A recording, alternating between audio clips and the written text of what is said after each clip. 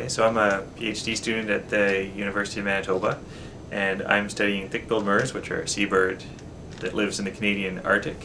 And so I went up north every summer for several years, and we would work on the cliffs every year to study. These are cliff nesting birds, and we would go descend down onto the cliffs and work with the birds. And so we thought we were safe, but then one year we discovered that a polar bear on the cliffs already. They're eating the birds and feeding not on the adults but on the chicks. We were amazed it was such a good climber. We got to places on the cliffs that we would never go to without ropes ourselves.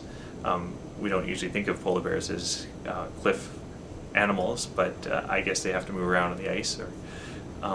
And this seemed to be associated, so this happened twice, and it was associated each time with years when there's not very much ice. So we think that there wasn't much ice, so the bears couldn't feed on seals, and so they came into onto the cliffs to feed on murres because there was nothing else for them to feed on. And they seemed to be quite skinny, they seemed to be small, they're possibly young bears that were not very good foragers anyways. The cliffs are virtually vertical, but there are places where there's crevices and rocks, kind of where you can start to get down, where there've been rock slides, and that's how the bear kind of accessed, was through these kind of gullies which formed. But still, I mean, I wouldn't be able to access these places without a rope.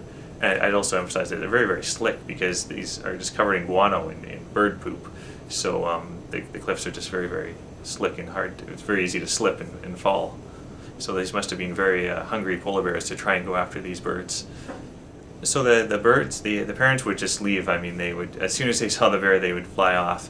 And they're really quite tame to us, but they couldn't deal with the polar bear. They'll try and fight off an Arctic fox sometimes, but they knew they were out of their league in a polar bear. With a polar bear, these birds are quite interesting because they're called, penguins of the north, and they basically look like a penguin. I suppose one reason why there's no why there's no flightless penguins in the northern hemisphere is possibly because of polar bears. In that, in the southern hemisphere, there's nothing like a polar bear, so they don't need to fly. But in the northern hemisphere, these bears would wipe them out if they weren't on cliffs, and so they need to be able to fly to nest in inaccessible places. But of course, some of the birds were accessible, it turns out. I was really shocked because I thought I was safe on these cliffs, and we never take any protection onto the cliffs in the past. But once we saw this happen for the first time, we started to we had to take precautions onto the colony with us. So now we take bear spray and we make sure there's a firearm stationed nearby. Well, I'm certain that this isn't the first time that polar bear's ever been on a cliff. I think this is the first time that we were around to witness it.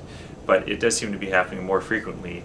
Back in the 1950s, when people visited the colony, there was ice right across the strait all the way until the chick rearing period. In the 80s, when this research started, ice would leave sometime in July, and now it's usually in June. So the ice-free period is a lot longer now in Hudson Bay. And because of this, polar bears don't have as much time to feed on seals, so they're having to switch to other prey to help themselves through the summer period. And so I think this is happening more and more often.